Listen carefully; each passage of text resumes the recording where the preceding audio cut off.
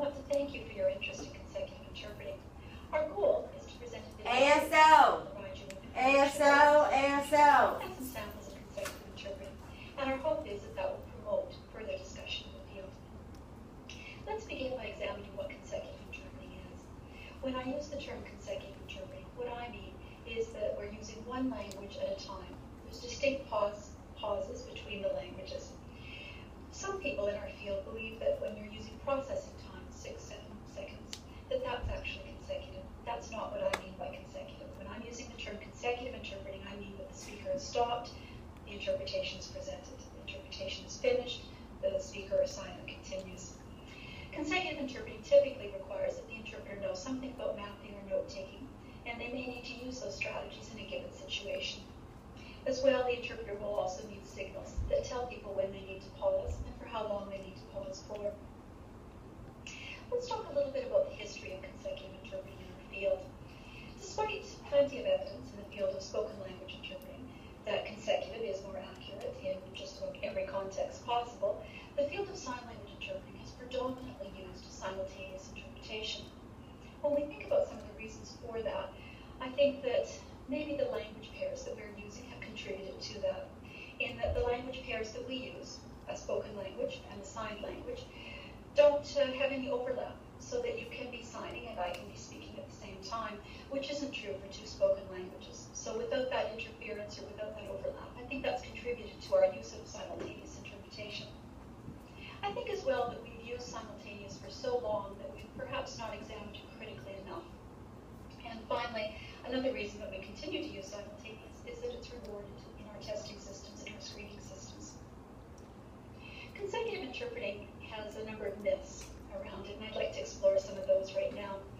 Some people believe that consecutive interpreting is a stepping stone, that we use it in order to learn how to simultaneously interpret, but it's not a viable option to be used ever in your career again. There are others who believe that if you actually use consecutive interpreting, it must mean that you're not a very skilled interpreter.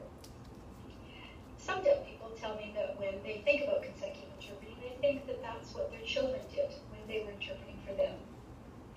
And the other myth that we have is that simultaneous is better because it's faster, it doesn't create any delays for people, and that it's accurate in all settings. However, we have some new research in our field that I think is worthy of examination.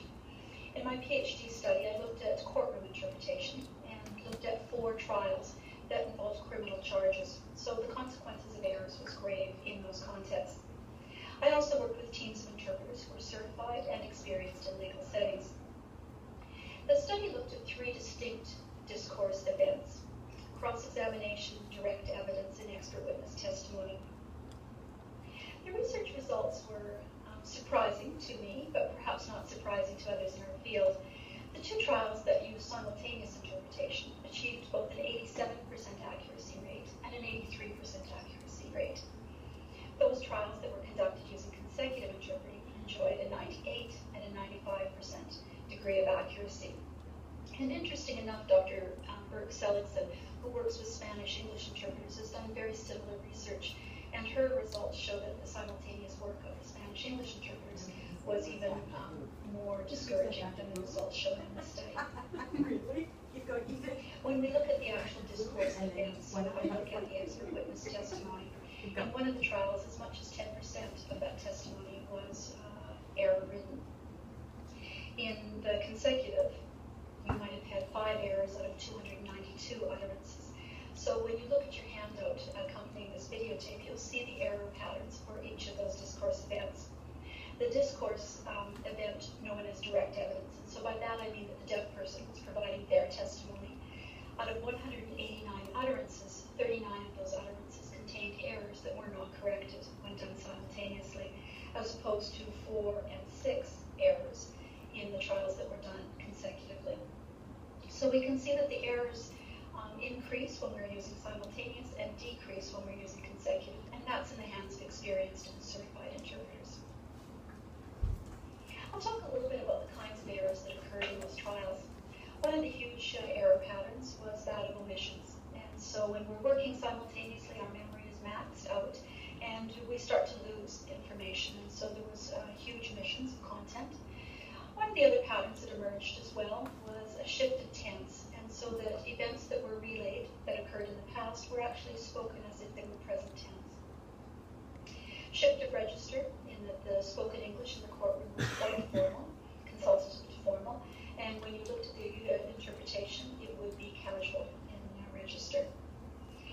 Deceptive work also appeared in the error patterns, in that work sounded like plausible English, sounded like appropriate English, but it wasn't at all the content that was presented in the source message. Dysfunctional grammar was the other piece that emerged in all of the errors, in that people were presenting work in their simultaneous work that didn't look like American Sign Language, it didn't look like good contact, it was a mix of something, but ultimately meant that the deaf person was tasked with trying to figure out what the interpreted message was.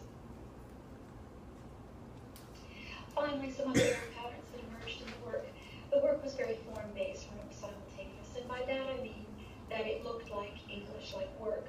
However, the consumers in these trials required American Sign Language. They were monolingual deaf persons who preferred American Sign Language, and that's not what they received in the interpretation.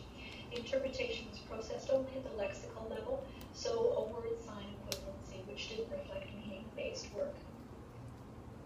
As well, there were patterns of awkward English, which meant in simultaneous work, interpreters were correcting themselves, but there was a whole process of false starts. They would start a message corrected,